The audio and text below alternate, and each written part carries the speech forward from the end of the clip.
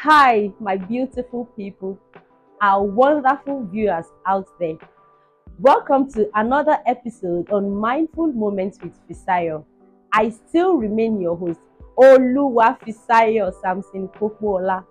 On today's episode, it is important to remind you that your parents having a successful marriage is not an assurance that yours too will be successful, and also that your parents is having a failed marriage is still not an assurance that your marriage will fail. One thing you should do well is to choose well, pray, seek the face of God, and boom, you have a wonderful union.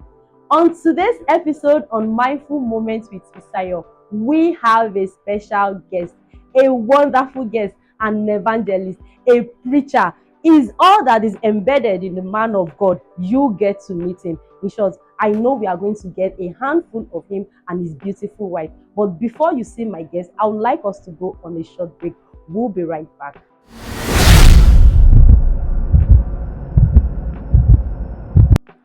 Thank you for staying tuned. In case you're just joining, you are watching Mindful Moments with Fisayo.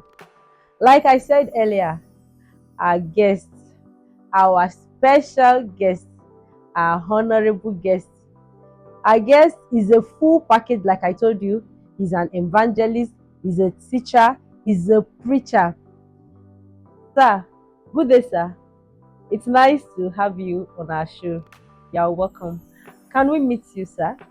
My name is Evangelist Hakeem Olajuwon Mohammed, Shepherd in Charge, Oluwa Kushoti, Prayer and Evangelism Ministry, God of Possibility. Here with me is my beloved wife. My name is Abosede Olajuwon. We are together in the ministry. Thank you. Thank you. It's a pleasure to have you here on our show. So, sir, from your introduction, we got to know that you have a Muslim name in your name. Does it mean that you are from a Muslim background? We want to know, sir. Actually, of the truth, I came out from Muslim background. My mother got married to Alhaji, but she was Celestial. She is in the choir. So they gave birth to me in Celestial Church of Christ. But according to the constitution of Nigeria, we know that father is the owner of the child. So my father named me through Islamic way, but I grew up in the church. Okay, that's good to know. Amma, please can you take us through the journey on how you met your husband? Thank you, my host.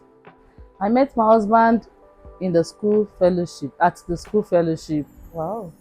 He was an ESCO and we both were executive. So we met each other there. Okay, does that mean that he has become an evangelist in this in the church before you met him, or you met him in a Pentecostal gathering? I met him in Kakio, that's Christ Apostolic Church Youth Fellowship. He was a organizing coordinator, while I'm the sister coordinator in the fellowship. In the fellowship. Okay, so it was when you both got married that you were now doing the ministry together. Yes, ma'am. Okay, we just got to know that you are from another background while he is from another Christian background. Can we know how were you able to cope, knowing fully well that he is not from the same Christian background as you? How were you able to, okay, let me call it a switch. How were you able to switch? Thank you very much. I would say it's really challenging. Wow. It's not really easy because the doctrine in Celestia is different entirely with what I'm used to. But when I came in, I met a wonderful man of God who made me to know that it's not all about the background of the religion, it's all about Christ. And I'm very thankful to that man. That's Daddy Samuel Awolaro. The man, the first day I stepped into Celestial Church, because I'm scared of them. Yeah. I'm scared of the adultery. Even most times he do invite me to the harvest, but I will give him one excuse or the other that I'm not coming, because I know they said they used to give different vision, and me I don't want, most especially those their things they used to do. But the first day I step into Celestia, the man was preaching about rapture.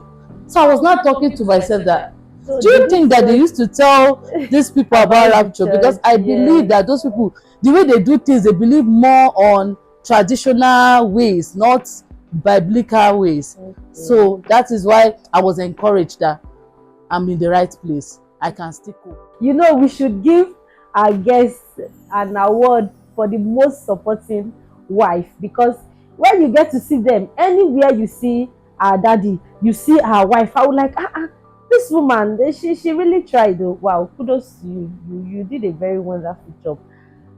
Sir, like I said earlier, we have a couple of questions for you, so we'd like you to give us a brief and a precise answer.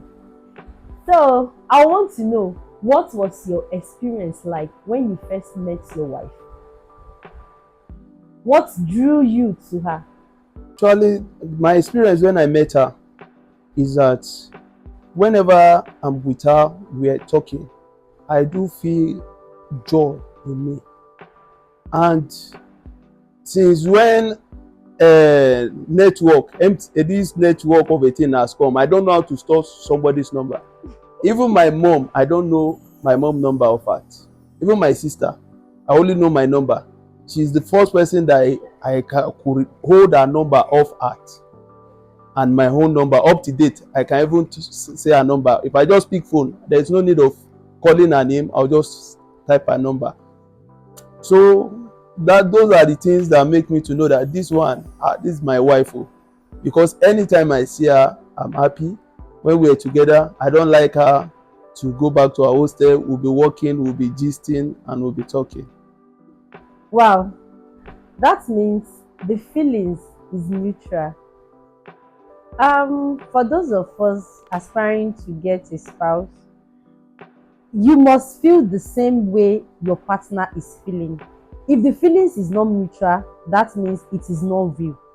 It cannot be a one-sided thing. You cannot be feeling for somebody, like you love somebody, and the other partner is the morale from that person is low.